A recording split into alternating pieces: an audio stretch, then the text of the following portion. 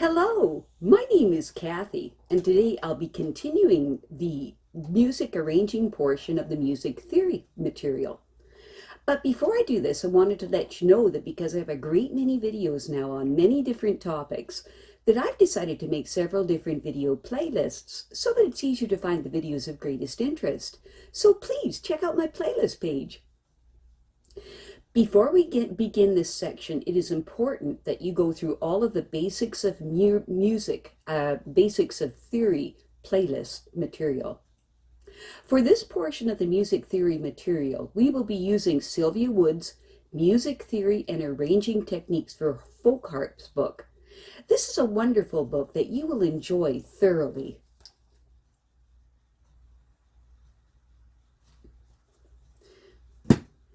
An interval is the distance between two notes.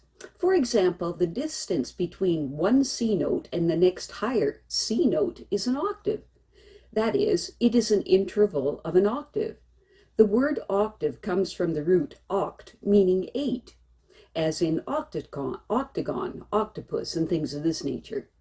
If you start on C, counting C as 1, and counting up to the next C, you will count 8 notes. C, 1, D equals 2, E equals 3, F equals 4, G equals 5, A equals 6, B equals 7, and C equals 8.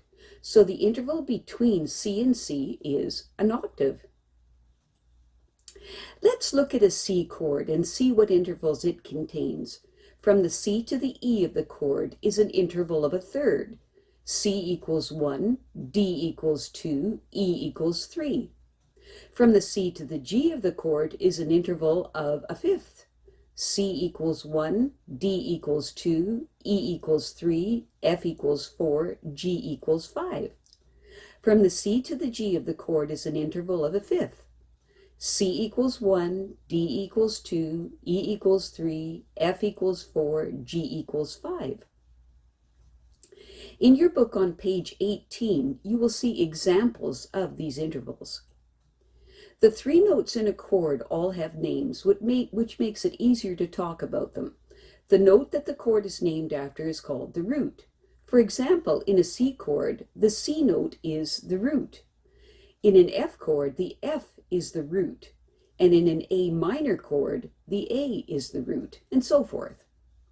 As we learned above, the interval between the root and the next note of a chord is an interval of a third.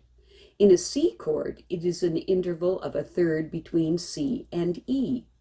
Therefore, this middle note, the E, is called the third of the chord. Following the same logic, the highest note of the chord, the G of the C chord, is called the fifth of the chord. In your book on page 18, you'll see examples of this. And so, to summarize, each chord is made up of a root note, a third, and a fifth.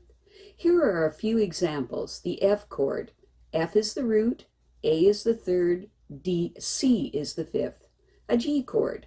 The G is the root, the B is the third, the D is the fifth.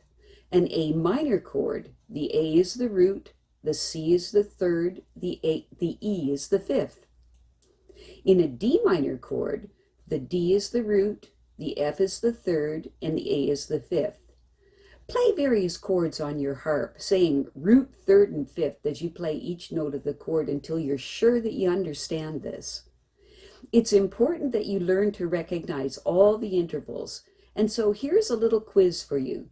Below each note chord, write the name of the interval. For example, the first chord is an interval of a third between A and C. The second one is a fifth between E and B. The third one is a second between G and A, and so forth. When you're done, you can check your answers in the appendix. The interval quiz is at the bottom of page 18 in your book. I have a great many videos now on many different topics, so I've decided to make several different video playlists so that it's easier to find the videos of greatest interest. So please check out my playlist page. Well, that's it for now. To stay up to date with my latest videos, make sure to subscribe to this free YouTube channel by clicking the red subscribe button right below this video. Take care.